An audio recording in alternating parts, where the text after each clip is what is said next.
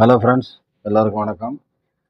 இப்போ இந்த கணக்கில் என்ன கொடுத்துருக்காங்கன்னா, அவங்க ஏதோ ஒரு தொகையை கொடுத்துருக்காங்க. அந்த தொகை ரூபாய் 1750. இந்த தொகையை அவங்க 2 பகுதியாக பிரிச்சிருக்காங்க. அதில் ஒரு பகுதிக்கான ரேட் ஆஃப் இன்ட்ரெஸ்ட்டு 8%, இன்னொரு பகுதிக்கான ரேட் ஆஃப் இன்ட்ரெஸ்ட்டு 6%. அதே சமயத்தில் இந்த 2 தொகைக்குமான இன்ட்ரெஸ்டோட அளவுங்கிறது ஈக்குவல். அதான் முக்கியம் உங்களுக்கு.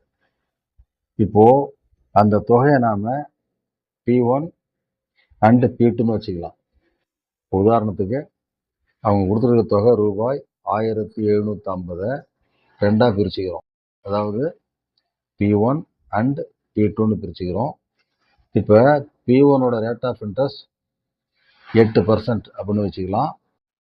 அதே போல் P2ஓட ரேட் ஆஃப் இன்ட்ரெஸ்ட் 6% அப்படின்னு வச்சுப்பேன்.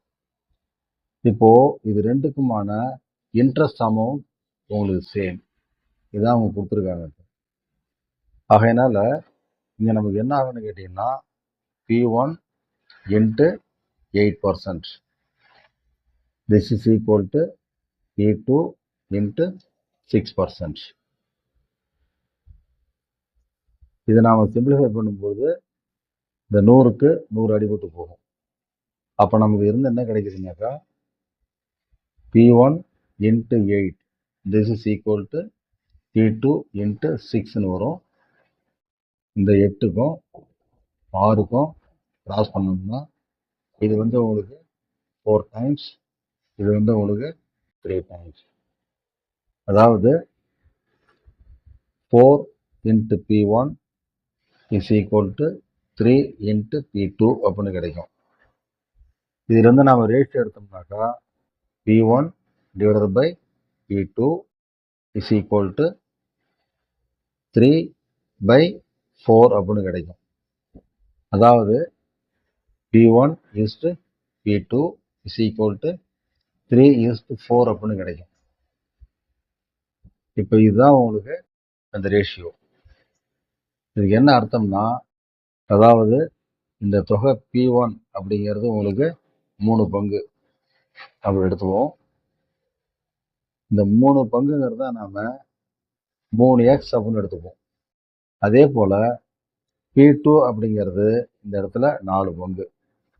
இந்த 4 பங்கு அப்படிங்கிறது தான் நாம் 4xன்னு எடுத்துப்போம்.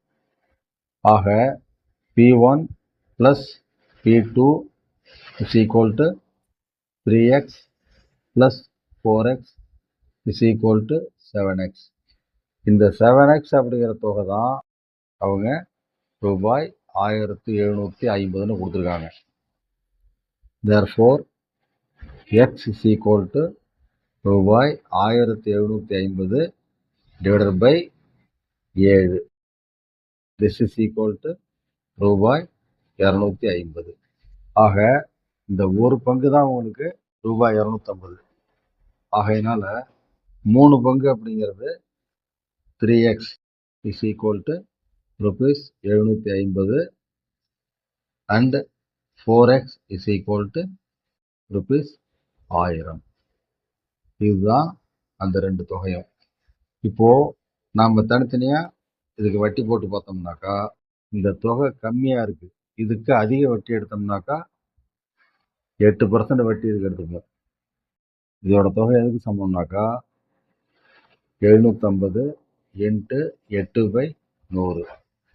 இதை சிம்பிளிஃபை பண்ணுறப்ப இது 250, இது 1550.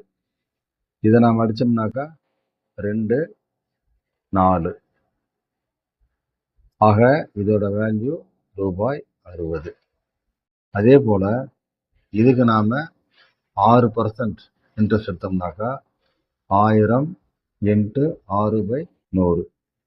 இதை நாம் கிராஸ் பண்ணும்பொழுது நமக்கு இதில் 10ன்னு கிடைக்கும். ஸோ இதோட அமௌண்ட்டு rupees 60.